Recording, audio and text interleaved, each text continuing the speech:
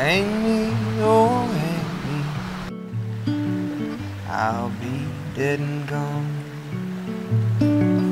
Hang me, oh hang me, I'll be dead and gone.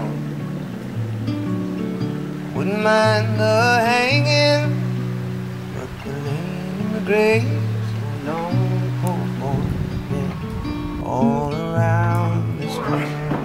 L'entrée dans les archives.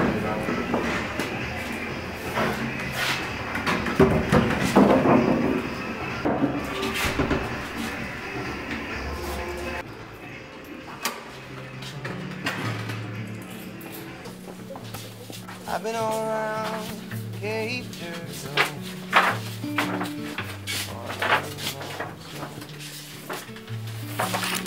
all around Cape Girardeau, parts of Arkansas.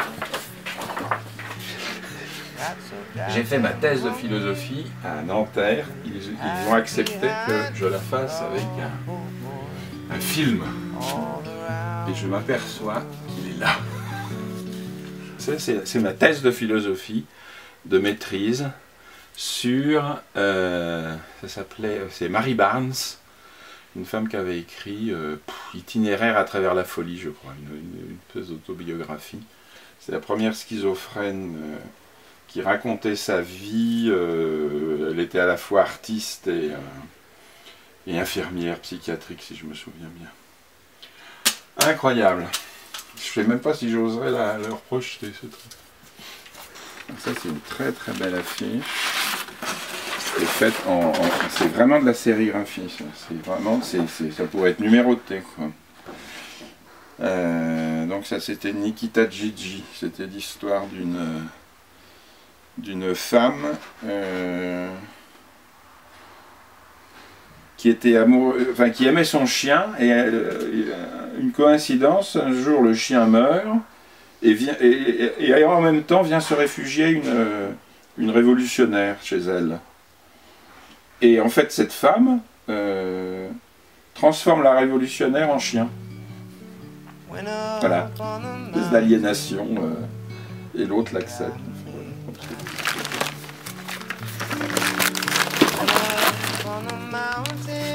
Ah, ça c'est une magnifique histoire. Ça s'appelle Les secrets de Madame Frida ou Les aventures d'une dame pipi. Donc ça devait être en 1981, 80 ou 81. Donc pareil, on travaillait beaucoup sur enquête, hein, on travaillait sur documents. Et donc on s'intéressait beaucoup à un métier qui disparaissait, qui est celui des dames pipi.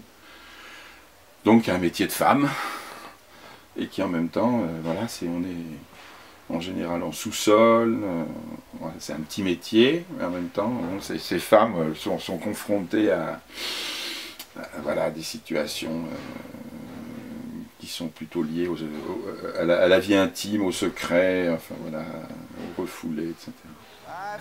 C'était une vieille dame, Madame Frida. J'ai essayé de lancer une revue qui s'appelait Lieu-dit. Et puis malheureusement, j'ai pas dépassé le numéro 1. Ça, c'est la toute première affiche, entièrement faite à la main. De première rencontre du spectacle vivant en Auvergne, donc du 12 au 25 juillet. Donc le premier festival, il a quand même duré 13 jours, avec un programme très très copieux. Donc même les dessins, je crois que c'était moi qui avais fait le dessin, je suis pas du tout dessinateur, c'est mon écriture est épouvantable. Voilà, mais on le faisait quand même. Ça c'était le deuxième festival.